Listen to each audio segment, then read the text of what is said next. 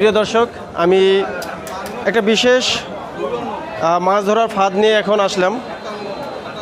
তো এটা হচ্ছে, এই যে দেখুন, এটার নাম স্থানীয় ভাষায় বলে টেমাই, কেউ বলে ভোরং। আর এটাতে কীভাবে মাছ ধরে সেটা হচ্ছে যে এখানে অনেকগুলো ছিদ্র আছে, যেমন 1, 2, 3, 4। এই ছিদ্রগুলো দিয়ে মাছ এখানে প্রবেশ করার পরে এখানেই থাকার পরে যে এখানে একটা ছিদ্র আছে, এই দিক দিয়ে এটা বের করা হয়।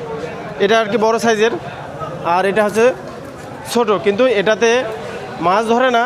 বাট এটা একটা বিশেষ যন্ত্র বলা যায়, যে এটা যে পুকুরে যখন পানি বেশি হয়, পুকুরে মাছ যাতে বের হতে না পারে সেজন্য ওই একটা পাইপ দিয়ে ছিদ্র করে দেওয়া হয়, পানিটা যাতে বের হয়। তবে ওই পাইপের মুখে এটা দিলে মাছটা যাতে বের হতে না পারে সেজন্য এটা দেওয়া হয়। তো ঠিক আছে বন্ধুরা, আপনারা ভালো থাকবেন, সুস্থ থাকবেন।